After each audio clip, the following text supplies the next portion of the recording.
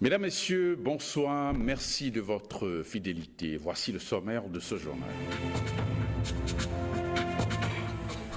Bientôt, une avancée dans la sécurité alimentaire au Bénin. L'Université nationale d'agriculture et le Conseil national de l'alimentation se donnent la main. Ils ont signé un partenariat dans ce sens. Un camion a percuté un poteau électrique de la SBE à Saint-Michel, Bartito, ce vendredi. Le choc a plongé la localité dans le noir, mais très tôt, les techniciens de la SBE ont pu circonscrire le mal et désormais les populations sont à nouveau alimentées en énergie électrique. Et puis, près de 672 millions de dollars d'aide au Nigeria et les pays voisins frappés par la famine. Une quinzaine de pays se sont engagés à cet effet. Une conférence des donateurs s'est tenue à Oslo, en Norvège. Et merci et bienvenue à cette édition. Un contrat de prestation permet à l'usine MCI de Niki de fonctionner à nouveau depuis jeudi dernier. C'est reparti pour le grenage du coton produit à Niki, Kalalé et Perere grâce à la médiation des forces vives de la localité. Reportage Ronald Robinson. Elle tourne enfin. L'usine MCI, Marlans Cotton Industries, fonctionne à nouveau et cette fois-ci pour un contrat de prestation d'égrenage de 30 000 tonnes de coton pour le compte de la Société pour le développement du coton, Sodeco. C'est décanté, nous allons travailler jusqu'à la fin de la campagne. Nous allons sauver le coton et je crois que grâce à Dieu, aucun gramme de coton ne sera mouillé cette année. Le coton a commencé par prendre feu dans les champs. Le coton dans les camions prennent feu. Les véhicules qui ont transporté le coton depuis des mois sont sur place parce qu'ils n'ont plus de moyens pour aller à Parakou ou à Ragoumé. Tout le monde est sauvé déjà. Et on a senti une forte mobilisation de la jeunesse dans la ville et des prières, des bénédictions à l'endroit des membres du gouvernement, le propriétaire de l'usine MCI et l'ensemble de ses cadres. Une bonne nouvelle pour toute la chaîne de production de l'or blanc de Niki, Kalalé et Perere. Les ouvriers ont désormais le cœur à l'ouvrage. Ça continue au moins pour faire au moins 3 mois pour que tout le coton qui est dans le Borgo ici, là, pour qu'on puisse finir le tout. Je me sens bien maintenant, je suis content comme l'usine a commencé par démarrer. Moi je suis paysan. Pendant les chaînons 16 là, ça nous aide aussi pour y gagner un peu. Si tu as allé à quelques usines là, tu vas faire au moins un mois. Ici, sur les deux semaines viennent, tu vas te décharger. Et aller rechercher encore. Parce qu'actuellement, on n'a même pas fait la moitié de ce qui est dans la brousse. Marlans Cotton Industries a une capacité de production de 60 000 tonnes de coton par campagne à raison de 400 à 500 tonnes le jour. Ses responsables promettent livrer les 30 000 tonnes de la Sodeco avant la saison des pluies. Aménager les espaces publics, les espaces libérés dans le cadre de l'opération des espaces libération des espaces publics, c'est bien le but de la rencontre qui a eu lieu hier entre les maires des communes concernées et les ministres de la décentralisation et du cadre de vie. Ils ont évalué les travaux exécutés sur le terrain et émis des perspectives. Le point de cette rencontre avec Armel Nonfodier. L'opération de libération des espaces publics a considérablement évolué dans la plupart des localités ciblées, mais elle connaît quelques difficultés auxquelles des solutions sont proposées au cours de cette séance de travail. Certaines communes, les préfectures sont à court de moyens pour l'opération. Il y a des gravats qui traînent dans certaines villes, il faut les enlever. Nous avons été rassurés par le ministère que les moyens seront mis à la disposition des préfectures et des communes pour que nos villes soient un peu plus belles. Nous devons associer surtout les élus locaux. Les élus locaux, les chefs d'arrondissement et les chefs de quartier, de village. Leur attention de proximité nous permettra de gagner beaucoup. Le gouvernement veut s'assurer de l'achèvement des opérations de nettoyage des espaces publics dans les 15 villes concernées avant d'entamer les travaux d'aménagement. Si on démarre un projet d'aménagement et qu'il y a des vendeurs sur place, il y a des étalages, il y a des occupations pérennes et tout ça, ça va être difficile. Et donc c'est en préparation également de tous les projets phares du gouvernement et des projets prioritaires Je voudrais citer particulièrement le projet Ville durable, qui a un volet aménagement, voirie et assainissement relativement important, y compris même l'implantation de mobilier urbain, éclairage public, poubelles, banquettes, gestion et aménagement de la foresterie urbaine. Les participants à cette rencontre ont souhaité que d'autres villes soient ajoutées à la liste de celles prévues pour être aménagées. Et puis les préfets et les maires s'approprient le contenu du programme d'action du gouvernement. C'est à la faveur d'un atelier organisé par le ministère de la décentralisation et de la gouvernance locale. Il s'agit de créer une corrélation entre les actions menées par l'exécutif et celles laissées à la charge des structures décentralisées. Brice Coutenon et Rachida Purmaman. Ils sont venus des 12 départements du Bénin pour s'imprégner du contenu du programme d'action du gouvernement.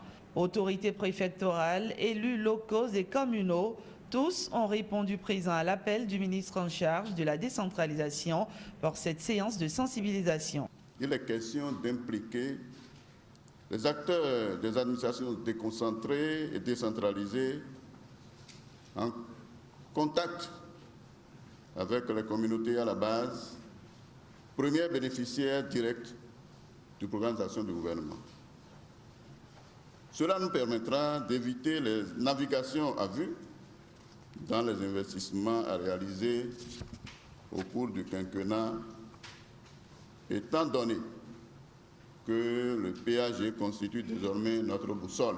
L'appropriation du PAG dans les villes et campagnes est un atout pour le développement du pays. Et le gouvernement et les collectivités locales ont pour mission d'apporter, d'améliorer les conditions de vie des populations. Donc la cause est commune, le but est commun, nous devons conjuguer les efforts pour pouvoir rendre ce service-là à nos populations. Il ne faut pas que l'État central décide d'une activité ou d'une action conformément à la vision du PAG et qu'une commune soit peut-être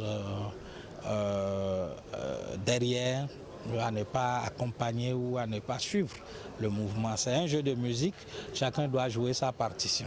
Avec 77 réformes et 45 projets phares, le programme d'action du gouvernement se présente comme une feuille de route pour révéler le Bénin à travers ses départements. Un camion a percuté un poteau électrique de la SBE ce vendredi. Réaction des services techniques du littoral. La réaction était immédiate. L'incident s'est produit donc dans un d'hier à Saint-Michel-Bartito. Au final, les populations ont pu recommencer à bénéficier donc des services de la SBE. Jérôme Mongwa. Aux environs de 20h30 ce vendredi, au carrefour Saint-Michel-Bartito, ce camion échoue dans ses manœuvres et cogne violemment le poteau en béton armé d'une hauteur de 21 mètres de la SBE. Ce support en béton armé transporte deux de nos principales lignes qui alimentent toute la clientèle qui va de Vedocon jusqu'à Misebo, en passant par Étoile Rouge, Tantopa, Bartito, etc. Alors où je vous parle, tous nos clients sont alimentés, sauf une ruelle qui est alimentée par un poste. Nous sommes à pied d'œuvre pour faire une réalimentation totale.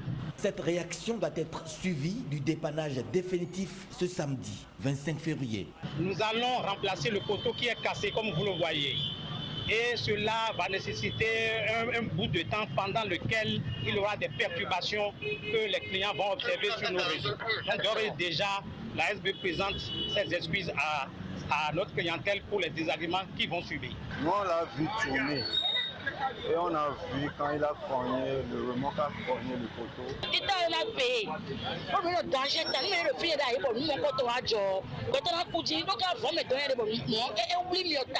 Le directeur général a salué la double réaction de la direction régionale et des populations. Et c'est ce que nous souhaitons, qu'il y ait une franche collaboration entre les clients de la SBE et les techniciens de la SBE pour que les cas de coupure qui sont liés aux accidents ou encore à d'autres pannes soient très rapidement signalés aux services compétents pour que l'intervention puisse permettre de réalimenter les populations. Cette situation fait suite à celle vécue il y a une semaine exactement à Djefa. Dès qu'il y a une coupure qui commence par avoisiner 15 minutes, il faut absolument qu'ils nous alertent les services de dépannage. Je voudrais également attirer l'attention de la clientèle que la SBE, dans le cadre d'un dépannage, est toujours équipée d'un véhicule qui a le symbole de la SBE. Si jamais les clients remarquent des individus qui sont à moto ou qui ne sont pas avec des véhicules en train d'intervenir sur les installations de la SBE, il faut absolument qu'ils soient interpellés. Selon la SBE, le propriétaire du camion sera tenu responsable de tous les désagréments causés. Définir la politique nationale en matière d'alimentation et de la nutrition, c'est bien un des objectifs du Conseil national de l'alimentation et de la nutrition. Dans ce cadre, un accord de partenariat a été signé hier avec l'Université nationale d'agriculture du Bénin. La cérémonie s'est déroulée dans les locaux du Conseil national de l'alimentation et de la nutrition. Mylène Fanon, Dine Bourema et Jérôme Bois. Et même si vous avez l'aliment... Par cette signature, l'Université nationale d'agriculture et le Conseil de l'alimentation et de la nutrition entendent désormais travailler ensemble pour apporter leur contribution à l'éradication de la malnutrition au Bénin. Car, comme ils l'ont si bien compris, l'aliment est le premier médicament. Si nous voulons que le Bénin devienne un pays où il y a les ressources humaines de qualité, qui ont les chances de réussir dans la vie, qui ont les chances d'émerger sur le marché de l'emploi, qui ont la chance de participer à la concurrence à l'aide de l'économie du savoir, il faut que la nutrition devienne notre combat, nous tous. Un combat à commencer par mener. Et vous êtes, les professeurs, vous êtes les acteurs de premier niveau, de premier rang. Selon le professeur Roch Mongbo, la malnutrition est un problème de capital humain. Les statistiques que nous avons aujourd'hui disent que au moins un tiers, et même en certains moments 40% des enfants de 0 à 5 ans souffrent de malnutrition chronique. Quand vous avez 40% de votre population qui a le cerveau handicapé à vie, desséché, des neurones rabougris, vous comprenez que vous êtes mal barré comme communauté, comme pays dans le concert des nations. C'est ça le problème que nous avons au Bénin. Ce partenariat marque désormais une avancée dans le domaine de la nutrithérapie. La session d'évaluation du programme dénommé Protection sociale des enfants en situation difficile des départements du littoral de Lomé et de l'Alibori. Il s'agit d'un projet exécuté pendant 4 ans avec l'appui du gouvernement béninois et ses partenaires financiers. Reportage. Plus de 10 000 enfants en situation difficile ont été pris en charge par le foyer Don Bosco dans les départements du littoral de Lomé et de l'Alibori. Un programme copiloté par le gouvernement béninois et le foyer Don Bosco sur un financement de l'Union européenne. L'Union européenne dispose des ressources pour l'aide à la coopération, comme à travers des appels à proposition. Un problème comme le problème de l'enfance, c'est un problème global. Ce partenariat entre l'État et la société civile semble être une réussite. C'est le début d'une série d'actions prévues dans le cadre de la protection de l'enfance. Pérenniser l'activité devient notre préoccupation. Et nous comptons sur tous pour que tout ce qui a été fait puisse être donc maintenu dans le temps, soit durable pour le bien de ces enfants qui continuent encore à joncher les rues et marchés de notre pays. 4 années d'identification d'enfants, de diagnostic de leur situation, de prise en charge immédiate et progressive, d'intermédiation avec les parents et autres autorités locales, de réinsertion ont produit des résultats encourageants. Si le Bénin a décidé de se concentrer sur l'essentiel en élaborant une politique et en validant en 2016 passé un plan d'action pour cette politique, il reste beaucoup à faire. L'Union européenne se fixe pour objectif d'appuyer le gouvernement béninois afin que l'initiative s'étende à d'autres localités du Bénin. Lancement officiel du projet Club des jeunes filles leaders du Bénin dans la soirée, c'était cette semaine. La cérémonie s'est déroulée au CGUB Magarde de Parakou. Landry Kosso, Giscard Bouvi pour le reportage.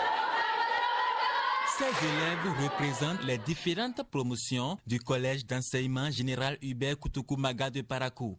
Elles constituent les pionnières du projet Club des jeunes filles leaders du Bénin. Pendant environ 3 heures d'horloge, elles ont bénéficié de plusieurs communications sur le développement personnel et le leadership féminin à l'occasion du lancement officiel du dit projet. Nos jeunes sœurs dans les CEG, dans les lycées, n'arrivent pas à développer le potentiel qu'elles ont déjà. Donc nous avons pensé mettre en place des clubs de jeunes filles pour les aider à développer le potentiel qu'elles ont déjà et leur dire qu'elles peuvent réussir et qu'elles ont des atouts à leur disposition pour réussir dans la vie. Pour les promoteurs de ce nouveau projet, il s'agit de mettre en place un certain nombre de stratégies pour cultiver l'esprit du leadership chez ces élèves. Chaque classe aura organisé donc son club, mais en même temps, toutes ces filles sont capables de se réunir ensemble pour mener des activités associatives, parce que là, à partir déjà de la 6e, ces filles seront capables de conduire une association et ça leur permet donc de vivre solidaires, de vivre soudés. C'est pourquoi au Club des jeunes filles, le slogan c'est « Ensemble, on va plus loin ». La notion du leadership féminin sera désormais d'actualité dans les collèges et lycées du Bénin avec ce projet initié par les anciennes boursières du programme américain Young African Leaders Initiative, YALI, initié en 2010 par l'ex-président américain Barack Obama. Et puis, les obsèques de l'ancien ministre Théophile Moncho ont eu lieu ce samedi à Bopa, sa ville natale. Mais avant, hier déjà, le président de l'Assemblée nationale, Maître Adrien Oumbédi, était à son domicile pour les hommages d'adieu à l'illustre disparu. Guillaume Avienon. Adrien Oumbédi, président de l'Assemblée nationale du Bénin, chez le désormais feu Théophile Moncho pour un dernier hommage. Un hommage d'adieu, pourrait-on dire, puisque la dépouille de son ex-chargé de mission devrait être inhumée ce samedi à Port-Saint-Omer, dont il est originaire. Théophile Moncho, ancien président de la Fédération béninoise d'athlétisme et ancien ministre de la Jeunesse et des Sports, a été aussi député de la toute première législature de l'ère du renouveau démocratique. Il était entré au Parlement sous les couleurs du PSD, le Parti social-démocrate de Bruno Amossou.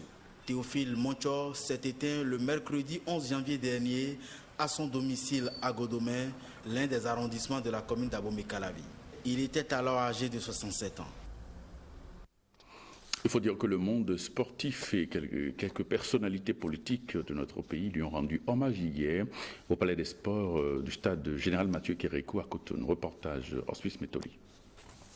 15h10, la dépouille de l'honorable Théophile Moncho franchit le seuil de l'entrée du Palais des Sports de Kourounou. À l'intérieur, la famille du sport béninois dans sa grande majorité, le gratin politique national pour un dernier hommage et témoignage à l'éminent sportif, politicien du sport qu'a été l'illustre disparu au Bénin comme sur le continent. Nous avons tous les deux mené de très grands combats, dont le dernier vient de se terminer le 3 décembre à Monaco, où notre association internationale devait adopter des réformes très importantes.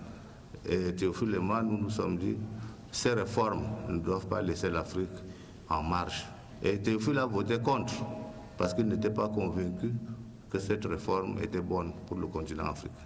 L'honorable Basile Ahossi, membre de l'Union fait la Nation, famille politique de Théophile Moncho, rappelle le contenu de ces derniers échanges avec Moncho, veille de son décès. Mais aussi, je suis pris à faire des courses dans la journée et je pars pour Paris le soir, probablement sur le même vol que le président Bruno Amossou. On se parle au téléphone à mon arrivée à Paris. J'ai conclu en disant « ça marche ». Théophile Moncho n'a pas pris le vol pour Paris. Il ne le prendra plus jamais. Tôt, ce matin du 11 janvier, il a pris un autre vol. Un aller simple.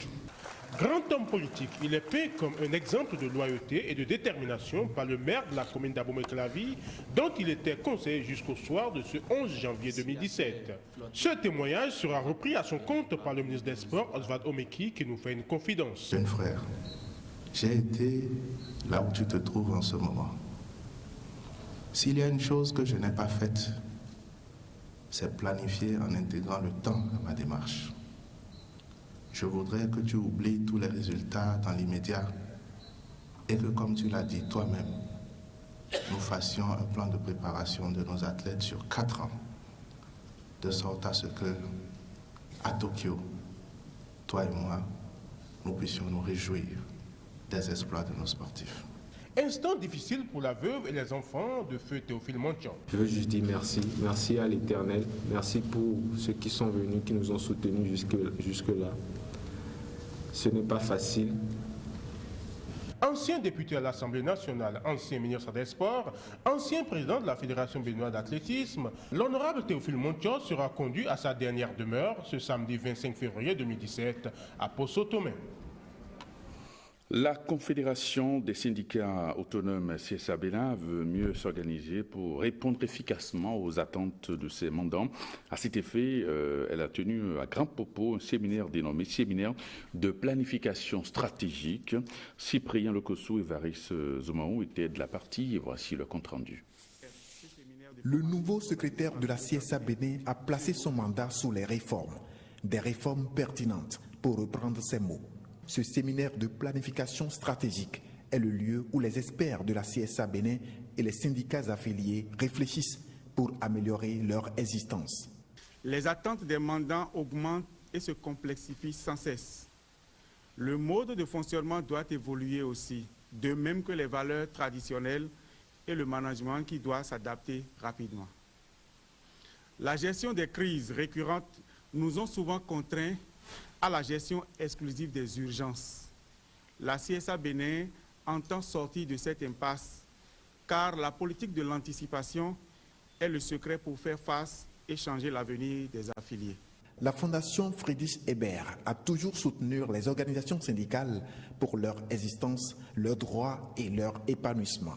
Elle apprécie l'initiative de ce séminaire. Les syndicats se doivent de devenir plus pertinents pour leurs militants, dans un contexte où les politiques libérales compliquent les conditions des militants. Ils se doivent d'être plus représentatifs et plus créatifs, étant donné la proportion croissante des employés ou des travailleurs de l'économie informelle. Il est attendu de cette rencontre un document qui servira de boussole à la CSA Bénin. Et puis, vient de paraître la publication d'un ouvrage sous la plume du professeur Adrien Wanou. L'ouvrage intitulé « Jean Plia, l'humaniste » est un recueil de communications et autres actes issus du colloque international tenu du 12 au 14 mai 2016. Les textes sont présentés par l'auteur, retracent la vie de l'illustre disparu à travers son œuvre et ses écrits. Il s'agit d'un ouvrage collectif, n'est-ce pas? Et dans cet ouvrage, il y a les communications qui ont été présentées au colloque. Le colloque de mai 2015 a été organisé pour rendre hommage à Jean Plia, qui est un grand écrivain béninois, un grand homme de culture, qui a beaucoup écrit, puisqu'il a pratiqué plusieurs genres littéraires, qui laissent à la jeunesse béninoise et au Bénin tout entier un immense patrimoine littéraire et culturel. Jean Plia laisse un important héritage littéraire et culturel. Cet héritage-là a un caractère à la fois scientifique et littéraire. Cet héritage contient des enseignements qui découlent de la vie de Jean Plia, qui découlent de tout ce qu'il a fait pour la culture. Je pense que la jeunesse béninoise a un grand parti à tirer des enseignements que nous laisse Jean Plia. L'ouvrage sera lancé donc le 28 février, le mardi prochain, donc à 16h à l'Infosec. Toutes les personnes intéressées par l'œuvre de Jean Plia, toutes les personnes qui sont désireuses de savoir ce que Jean Plia a écrit, ce qu'il a publié, voilà. Donc il y a les scientifiques et les littéraires en même temps. À l'étranger maintenant, 14 pays se sont engagés hier à fournir la somme de près de 700 millions de dollars au terme d'une conférence de donateurs tenue à Oslo, capitale de la Norvège. Objectif, soutenir le Nigeria et les pays voisins confrontés à la famine du fait de l'insurrection menée par Boko Haram. Reportage. En Afrique, des millions de déplacés ont fui le groupe djihadiste Boko Haram. Ils sont aujourd'hui menacés de famine. Depuis Oslo en Norvège, 14 pays ont accepté de débloquer 672 millions de dollars sur 3 ans pour leur venir en aide. Un montant encore loin du compte, les Nations Unies estiment les besoins à 1,5 milliard de dollars juste pour cette année. Depuis des décennies, les gens de la région du lac Tchad se sont battus contre la pauvreté et les effets dus au changement climatique. Et trop souvent, ils se sont battus seuls. La terreur causée par Boko Haram a provoqué une crise des déplacés. Maintenant, c'est devenu une grave crise alimentaire.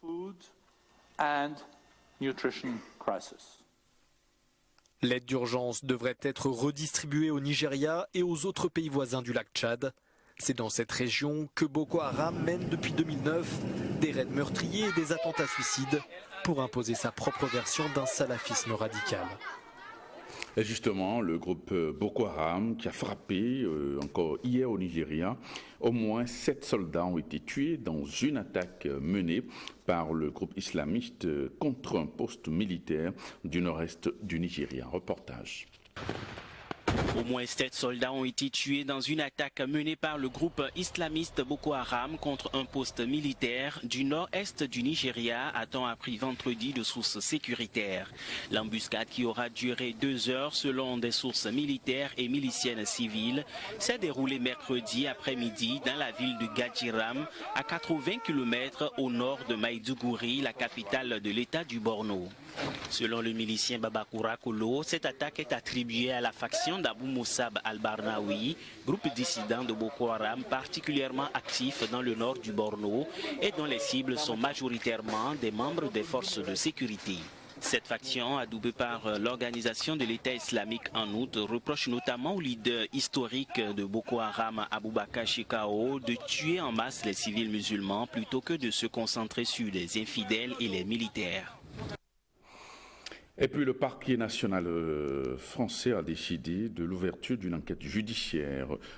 C'était hier pour détournement de fonds publics, abus de biens sociaux, complicité et recel de ces délits, trafic d'influence et manquement aux obligations de déclaration à la haute autorité sur la transparence de la vie publique. Reportage. Détournement de fonds, abus de biens sociaux, trafic d'influence, complicité et recel. Ce sont les accusations faites à l'encontre de François Fillon et de sa famille. Des accusations qui ont été examinées pendant 1 mois par le parquet national financier avant de faire l'objet de cette information judiciaire. D'après nos informations, ce sont 3 juges d'instruction qui ont été nommés pour superviser maintenant cette information judiciaire. Ils vont pouvoir ordonner de nouvelles perquisitions, convoquer à nouveau les différents protagonistes. Les époux Fillon pourraient être à nouveau entendus et ce sont eux qui décideront des suites à donner à cette affaire, une éventuelle mise en examen et un renvoi devant un tribunal correctionnel. Mais tout ça, ça va prendre du temps. La durée moyenne d'une information judiciaire, c'est 30 mois, ce qui nous renvoie bien au-delà de l'échéance de l'élection présidentielle. Une instruction longue, c'est ce qui pourrait tout changer. Car si François Fillon est élu, il bénéficiera de l'immunité présidentielle et toutes les procédures le concernant seront gelées pendant au moins 5 ans. Mais pour les soutiens de François Fillon, la nomination de nouveaux juges est avant tout une opportunité. Ce que je pense, c'est que ça va permettre à François Fillon, du fait de l'ouverture de l'information judiciaire avec 3 juges d'instruction, de pouvoir se défendre et puis de pouvoir avoir accès au dossier. Donc en cela, voilà, c'est une bonne nouvelle sur ce plan-là. Une information judiciaire ouverte de justesse, la loi de réforme de la prescription pénale votée le 16 février dernier et qui devrait rentrer en vigueur la semaine prochaine aurait pu prescrire certains des faits visés par l'enquête. Eh bien, ce journal se refait. Merci pour votre fidélité. Vous pouvez retrouver cette édition sur notre plateforme www.ortb.bj. Merci pour votre fidélité. À 23h, Jérôme Hongbo pour le JT Soir. Merci et bonne soirée chez vous.